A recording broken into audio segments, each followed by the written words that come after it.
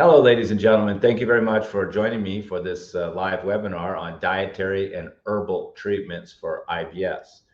We're going to talk about the different types of IBS according to Ayurveda. Ayurveda is very sophisticated. It's healing and treating all health conditions, even all those health conditions which the medical world says are untreatable.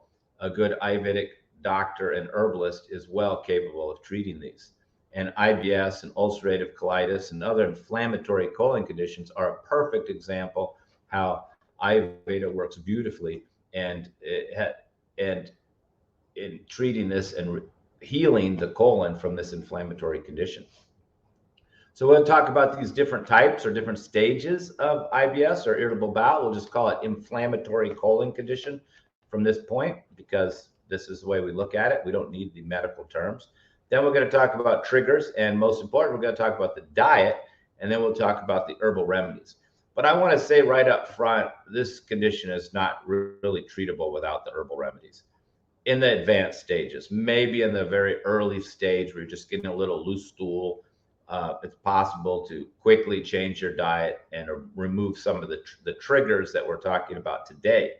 But in the advanced stage, particularly once there's bleeding, you will find that it's a very difficult condition to treat. In fact, even I have testimonials from medical doctors, which I'll show you here in a minute, and who have said that they're unable to treat it and gave me a testimonial. We can take a look at the testimonials here. We can see that I've been very successful in treating IBS, irritable bowel, ulcerative colitis for many years now. If you go to my website under Khabir's clinic there, under testimonials, and you go down, down, down, I got a lot of testimonials, hundreds of them. Go to colon related testimonials. Then if you go down, first one, IBS, right there. This person was out of New Jersey. Khabir helped me heal my gut, and now I'm doing much better. Followed the herbal and diet program for 4 months. And after years of IBS and gluten intolerance, I'm now able to live a much improved life. And I'm still careful with my diet, and I'm still using the herbs, but I've learned how to eat for my dosha and how to keep the debilitating IBS symptoms under control. And this is a very interesting point. I am now able to tolerate gluten again. I get people all the time that say I'm gluten intolerant. And I tell you, it's more of the bad gluten, of course, with bad wheat with glyphosate and other chemicals. That doesn't help, and that's part of the cause. But it's really inflammation in the colon, early signs. This is very good, because I have a testimonial right here of a person who thought they were gluten intolerant and now say, nope, after I treated them, they were improved. She goes on to say, I tried many approaches with no avail and found a friend forwarded me my website, did a Zoom appointment, thought he may be able to help a bit, but it turned out his knowledge went much further than that. I felt like having my life back and no longer spent hours in the morning with IBS symptoms, annoying hemorrhoids, and overall gut discomfort. Much gratitude to Khabir and his helpful staff. I highly recommend his Ayurvedic approach to IBS. Well, I didn't make up this approach. I mean, it's an Ayurvedic approach I learned from Ayurvedic doctor in India. So you can thank Ayurveda, the ancient healthcare system, the most sophisticated healthcare system in the world. And it is noted that hemorrhoids is very common along with IBS, because it's also an inflamed colon condition. So we could say this stomach ulcers, hemorrhoids, and ulcerative colitis and IBS, they often go together. Okay, here's another person here, right here in Texas, not far from me. She had a ulcer and IBS. She was rushed to the ER with severe pain, and doctors gave her something to reduce acidity. And of course, the diet, teas and herbs have helped me within 3 days. So she's saying within 3 days, she had no more pain. People get fast results from these treatments because I know what to give, and you can see that many people are guessing. I see these support groups online and social media, and there's a lot of people guessing. They're asking each other, and this is very dangerous because everybody's condition is quite different. And even me, with my experience, I still have to think about what foods to give a person. There are triggers. There are certain foods that are no, but it depend on the stage. You don't want to over limit the diet, which is what a lot of people do. So she can see a huge improvement already, and I'm only 1 week into taking the teas and herbs. Thank you for all your help. One more here. This one here, this man, he's a MD, and he had ulcerative colitis, and he said I resolved it in a couple of days. Now he says, I'm an experienced medical doctor for 39 years. He got diagnosed with ulcerative colitis. He went to Sinai. He saw a world-renowned gastrologist, and they treated it with prednisone. But then he's in the specific carbohydrate diet, and this FODMAP diet is also used. By the way, this FODMAP diet is not correct. Specific carbohydrate diet is also not correct. And of course, people are obsessed with these diets because this is what's been told to them. And I say, well, did you get better? And she goes, only a little bit. But so you have to let go of these other diets. They're not able to treat it. And of course, when he came off the prednisone, it continued his symptoms of ulcerative colitis, bloody diarrhea. This was a very serious case. He had it for a long time. And then his gastrologist wanted him to go on Remicade. And being a medical doctor, he was fully aware of the horrendous side effects of Remicade. So that's when he met me. And I had a big appointment with him. I gave him instructions. I gave him herbs. I sent him home. And that's where he said, I resolved the diarrhea in 2 or 3 days. Blood in the stool and gas continued for up to 8 weeks, but then got better. Finally, symptom-free. And then he talks a little bit more about it. He gained 10 pounds, plenty of energy. So we can see there, that's from a medical doctor who's explaining that they had no cure for this condition. So that's a good point to keep in mind when you're taking dietary guidelines from an institution that has no cure for your condition. So let's talk about this four types, basically, from Ayurvedic perspective. First, this is when you just get a little loose stools. Like I get clients like this every day. I had one today, and they had long history of constipation their whole life, maybe even diverticuli. Maybe they even have hemorrhoids. And then they start to get these loose stools. Now, they don't think too much about it. They're more worried about the hemorrhoid. They don't even mind the loose stool. But that's not a good sign, that you're getting these loose stools, because these loose stools are the early sign of inflammation in the colon. And just like the client I had today, she had inflammation in the muscles and the joints. And that's pretty much why she came to me, was a muscle pain, joint pain. So this is an interesting point. Our colon is a type of muscle. I mean, it has peristaltic action and everything. I mean, it's not blood tissue. It's not bone. It's not nerves. It's got nerves, but it's a muscle. So when you have muscle pain, when you have inflammation all over your body, joint pain, muscle pain, then your colon is inflamed. So they often go hand in hand. So this person was at joint pain, not too bad yet, but she was catching it in the bud. But she also had hemorrhoids, common, inflamed colon, and she started having loose stools when she had a history of constipation. That's the first sign. Little constipation, little diarrhea, little constipation, little diarrhea. People don't take it too seriously. Even if they had a history of not being constipated, then they start having like 4 or 5 loose stools a day. And they still don't take it seriously. But that's the first stage, just some inflammation in the muscle.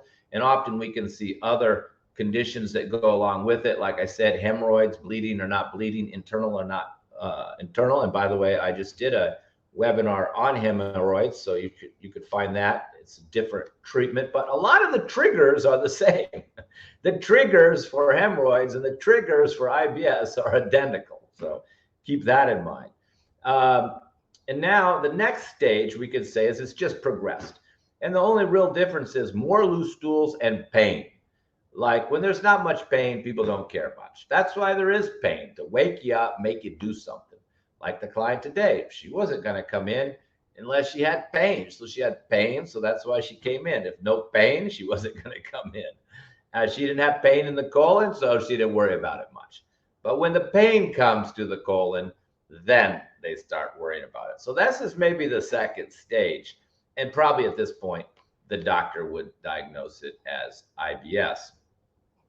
Now, the third stage is you start getting diarrhea, and you start going 5-6 times a day. And every morning you're on the toilet, and there's constant pain with almost everything you eat. Now it's getting serious. Fourth stage is now there's bleeding. So you've got diarrhea, bleeding, and pain. And still, some people can still have a little constipation mixed in there. So, and there can be other symptoms like mucus and other side effects like acid reflux, heartburn, etc. So these are the stages. And actually, when it's bleeding, then of course it's called ulcerative colitis, but we'll just call it an advanced stage. It's the same condition. It's just, there's a pathology. It's just slowly getting worse, and people just don't do anything until the pain comes, but it's coming. And sometimes I tell people and they go, oh no, I don't want to worry about that now. Just treat this, but they'll be back unless they get the inflammation down in their whole body and change the diet.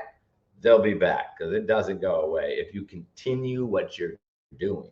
Then unfortunately, people do a lot of guessing and try different things. And this changing the diet radically also can even be a cause. So let's talk about what are the causes. And these are very much related to some of the triggers, but let's speak in general terms of the causes. First, hot spices, chili pepper, cayenne pepper, and raw garlic. I had a guy who loved raw garlic. He just ate raw garlic. He thought it was the best thing in the world until he started getting bleeding out the rectum. And the doctor, actually, he's from Pakistan, so he'd been eating chili pepper his whole life. So you're not going to get the condition right away. He'd been eating spicy chili peppers his entire life. And then only later in life did he get this condition. But unfortunately, the Cedars-Sinai Hospital forgot to tell him to stop eating the chili pepper. So that was a big problem. And then even when he stopped the chili pepper, he didn't realize that even garlic makes it worse. And then once you're bleeding, you make turmeric. Turmeric will make it worse because anything hot at that point. Once you're bleeding, then you got onions, garlic, turmeric, ginger. They're all out. See, that's why you have to pick the diet based on the individual. But once there's bleeding, it's way more complicated. But before the bleeding, in the early stages, you could just eliminate this, like chili pepper, very hot spice, and still leave the mild spice. It depends on the individual. There's really two major types, and I'm going to show you. We have two different formulas. One where there's a lot of diarrhea and heat, and another type where there's a little bit more constipation and diarrhea mix. We have two separate formulas for this because they're so distinct, and the diets are so distinct. So you've got these 4 stages, and then you also have 2 major types. In Ayurveda, we call it Pitta type, where there's heat and burning and loose stools and going to lead quicker to bleeding.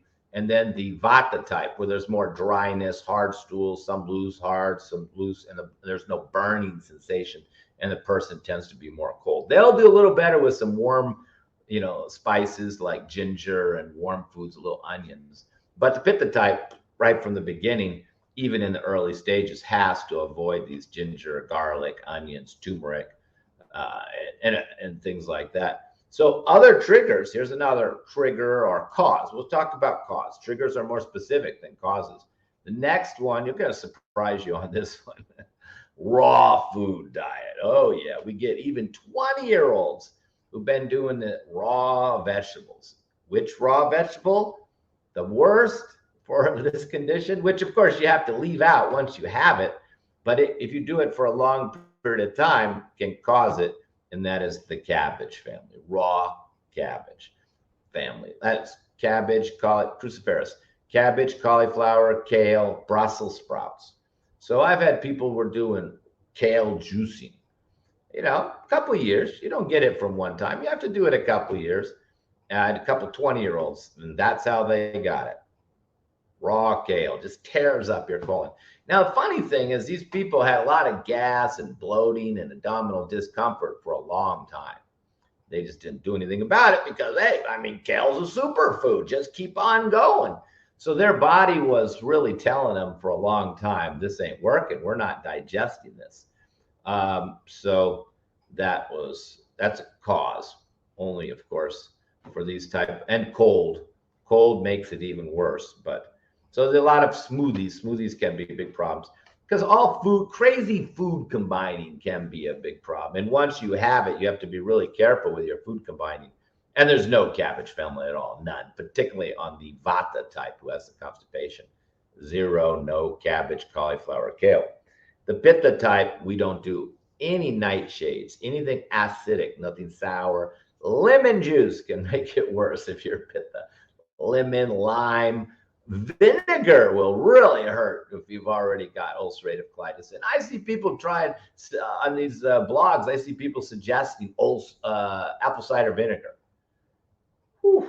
Wow, you have to be careful taking this advice. So what are other causes? Well, in Ayurveda, they just say irregular eating at irregular times, changing up your eating times all the time. But basically, it's dry foods like crackers, chips, protein bars, really dry things. This leads to the vata type. So first you get the constipation, these hard, dry stools, like golf balls. Then you get some diverticuli, maybe diverticulitis. Then you get hemorrhoids. It's a little pathology. This is tearing up your insides of your colon. And then you're doing other things, other triggers that are making it worse. And then it moves along its course. It's not a condition that, appears quickly. It's taking some time for the inflammation to increase, for the damage to the colon to take place. That's why you just get little loose stools, then you get more diarrhea, then you get more pain, then eventually it just keeps going. You get the bleeding. So, and just too much acidic foods like vinegar, pickles, all have to go, particularly for the pitta type with the loose stools. So the main triggers, this is important. Coffee.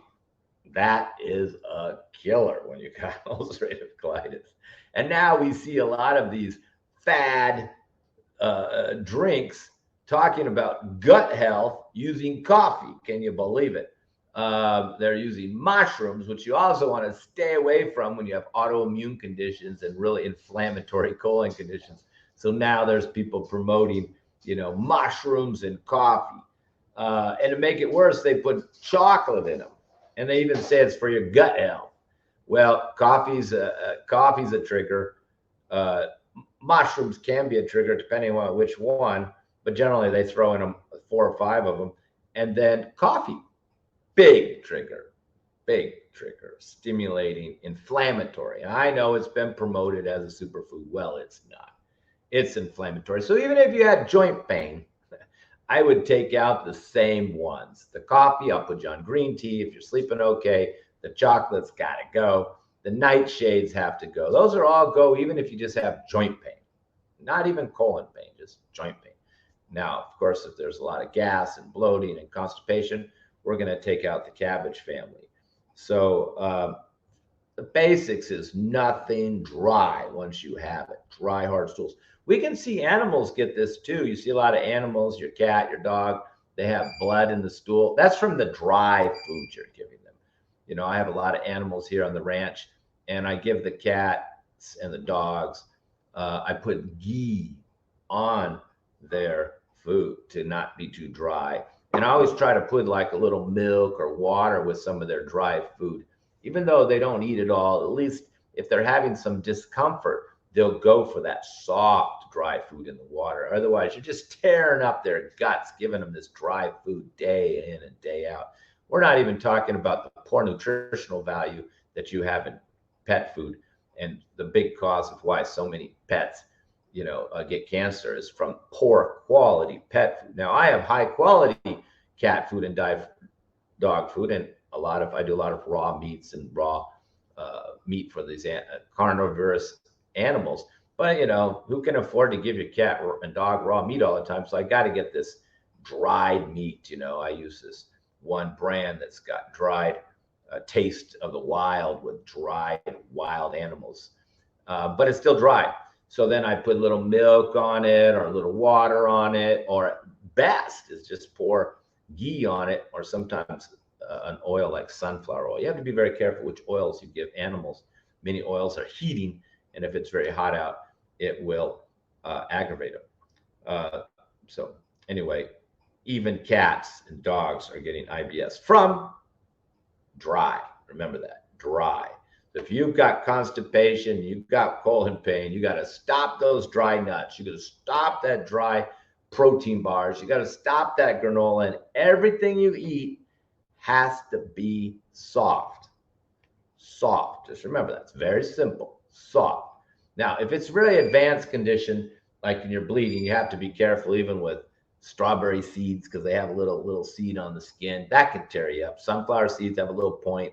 So depending on how bad it is, you can, I try not to be too restrictive. If I can catch it in the early stages, you can just take out these triggers, coffee, chocolate, hot spices, and things, and then give them anti-inflammatory herbs to bring the inflammation down in the whole body, and then they can recover. That's the early stage. But by the time you get to the bleeding stage, now you can't hardly, you have to be careful, even with the fruit.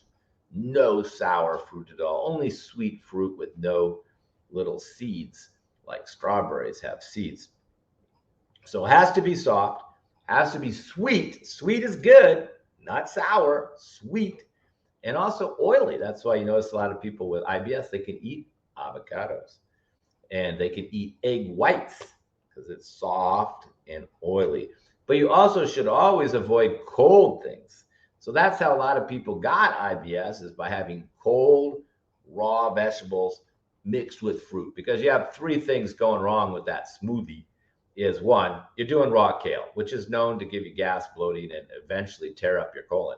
Two, is cold. Cold's always bad for your digestion.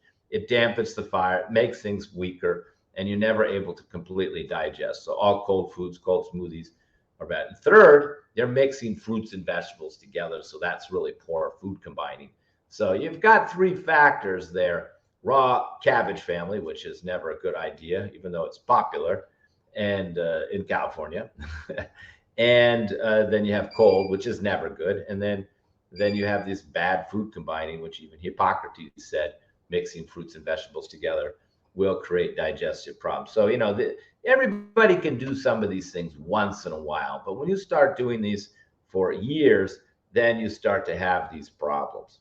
It does take a while. So let me talk about a few products here that I have. And like I've said, you can avoid the triggers. You can change your diet. You really have to listen to your own body to some degree, but you shouldn't be trying other things and trying this FODMAP diet, this simple carbohydrate diet. These are not effective. Not effective. The herbs the foods that I told you, soft, mushy, warm foods, sweet potato, squash, zucchini, fine, perfect. And if you have diarrhea, we can give you white rice with a little yogurt. If you have bleeding, no yogurt, no pickles, no sour vegetables. So once you have bleeding, it gets more tricky. And if you're constipated, then we do soupy brown rice. Soupy brown rice. And if it's really severe, you get no meat, no dal. See, a lot of people, they feel okay on like a meat or chicken, but it doesn't help it heal. So that's a problem. So then they get stuck in limbo. Now, I have seen some clients who had it figured out 70, 80%, but it took them a couple years of suffering and trying different foods. And they could eat like a very strict diet. I remember one woman, she said, I'm only eating egg whites and avocados. And there was maybe one other food and sweet potato, you know. And they even leave out things that they should put in. Like you should put in butter and ghee. I explain it like this. Think of, you have a big rash, a big cut on your skin. Okay, big score. Maybe you fell on it, like a big carpet burn. It's real sensitive. Now, you're going to put vinegar on it? Hurts. You're going to put chili pepper on it? Hurts. You're going to put butter on it? Feels better. So unfortunately, a lot of people, they leave too many things out, and they leave out butter and ghee, which actually helps the condition. So butter feels good, but that's an easy way to think about it. You get squash, a zucchini, and stub it all over your arm. You don't feel nothing. Try squeezing the juice of a tomato on your cut and see how that feels. then you'll understand why you leave out tomatoes. Or even get a piece of cauliflower raw and rub it on your skin. See how that feels. It hurts. It's too rough. In Ayurveda, that's what they call it. No rough foods. It has to be smooth, like mushy sweet potato. Even some people can't even do the skin of the sweet potato once it's advanced. They can only do the inside. And if you think about it, if you rubbed your arm with a sweet potato, then probably the skin would be a little irritating, but not the inside cooked. Like a couple of my clients called it baby food with a lot of butter. And sweet things are good too. People panic, they don't do any fruit, but coconut water helps. Mango juice helps, but lemon juice makes it worse. So I see people recommending lemon juice, apple cider vinegar, and no dairy. Well, they're going in completely the wrong direction. And that's what I just saw while I was on, some social media sites where they had IBS groups. I posted this event there. I hope some of you were able to join me.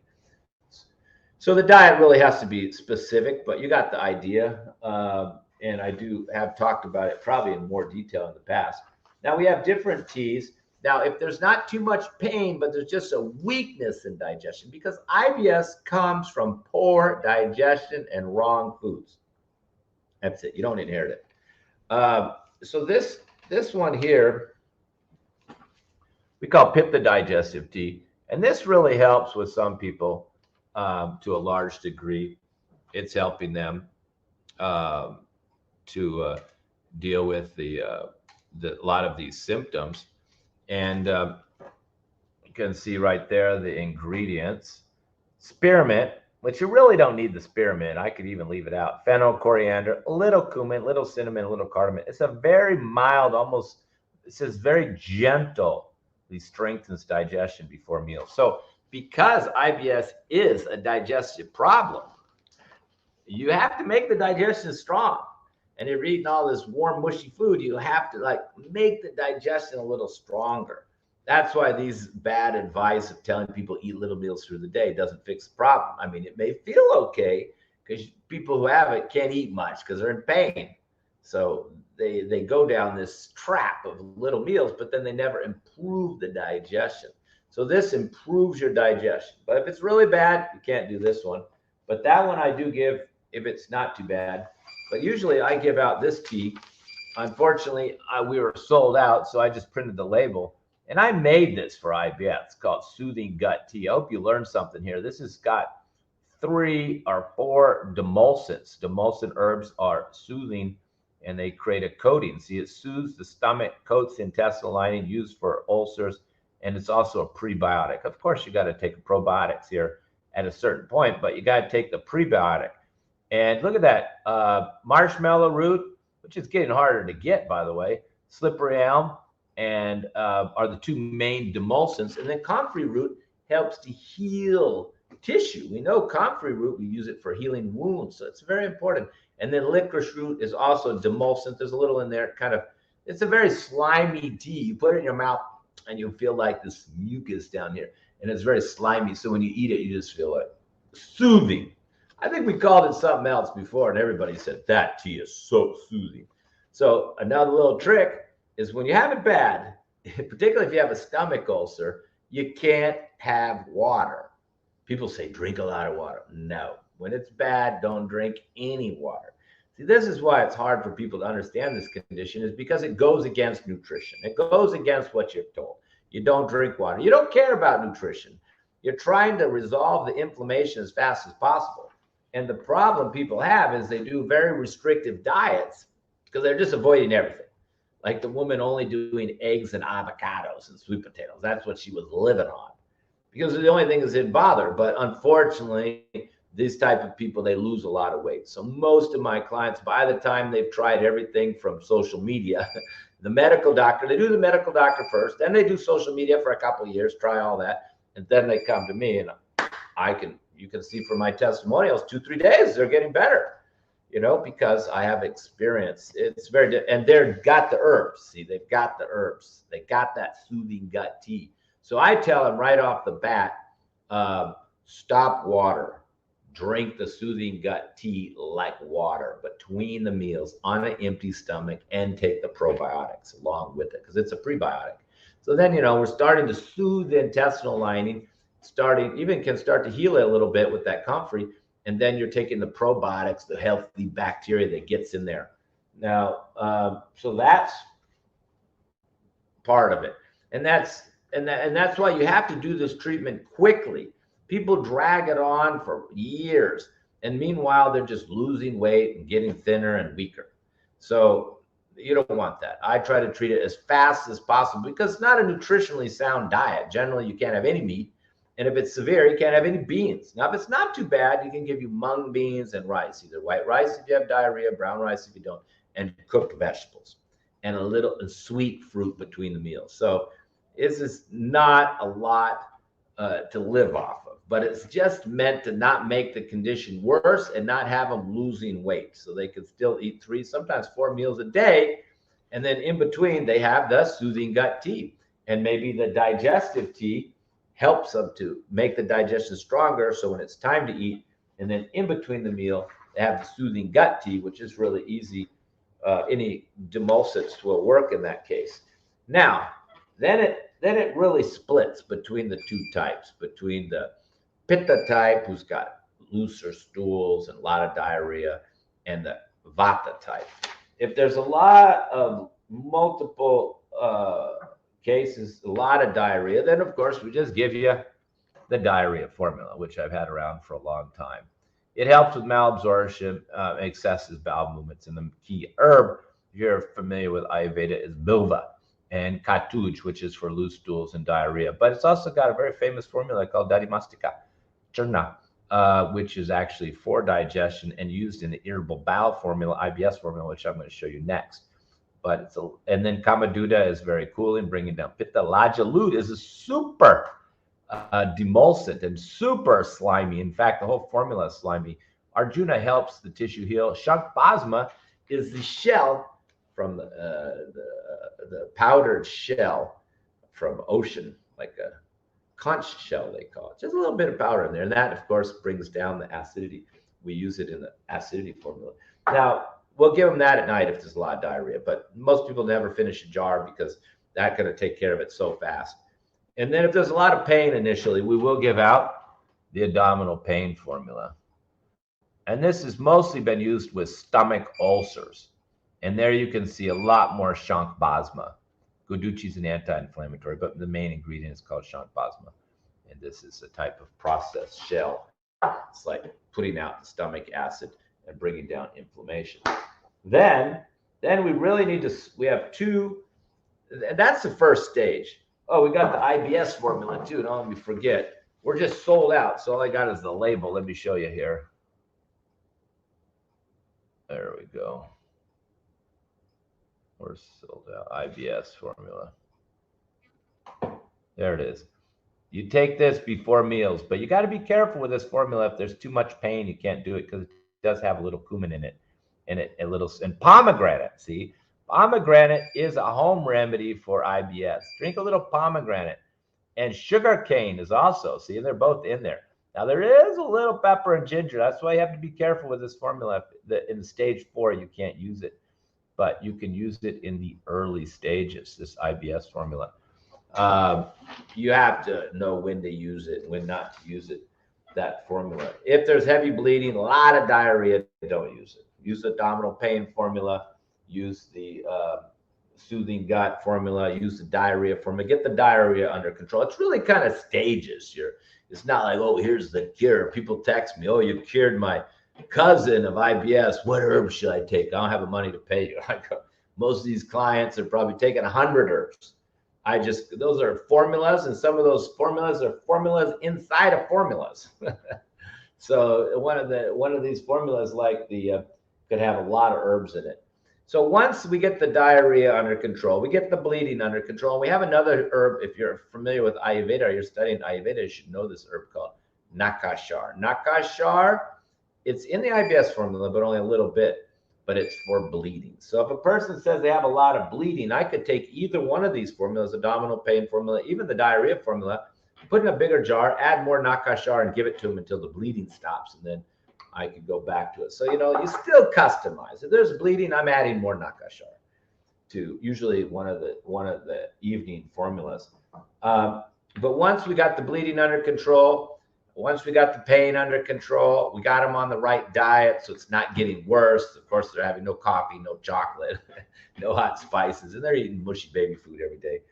Then the second stage, which could take a couple weeks later, then we have 2 formulas, and we call, and these were made for this condition, healing gut formula. And you can see a lot of the same. This is for Vata. This is a person who gets constipated easy. And there you can see that similar herbs. Arjuna heals, Bala strengthens, Bilva is for diarrhea, Katuj is for loose stools, Kamaduta brings down the heat, and there's the Lajalut. So that's one formula. And the other formula is for Pitta, where there's more loose stools. The herbs are actually very similar. It's just a little bit of arrangement with the herbs. Initially, I only had one, and then I made custom formula for a person. So the Pitta one is if you have loose stools, no constipation, and a lot of loose stools, and more burning. And the Vata one is if you're having loose and constipated, and less burning sensation. In other words, less Pitta. Those usually come in second stage. So first, you just have to get the diarrhea under control, get them on the diet, because the diet makes a big difference. In just a week, the diet is a big difference, even days. Plus, you get him on the coconut water, a little pomegranate juice, and coconut water, and the soothing gut. I've had people who did the soothing gut plus pomegranate juice. It was fantastic. Or pomegranate juice and coconut water together. But don't be drinking water all day long. And you can't have any meat. There's no meat, no fish, no chicken, no poultry, nothing salty. It's a baby diet.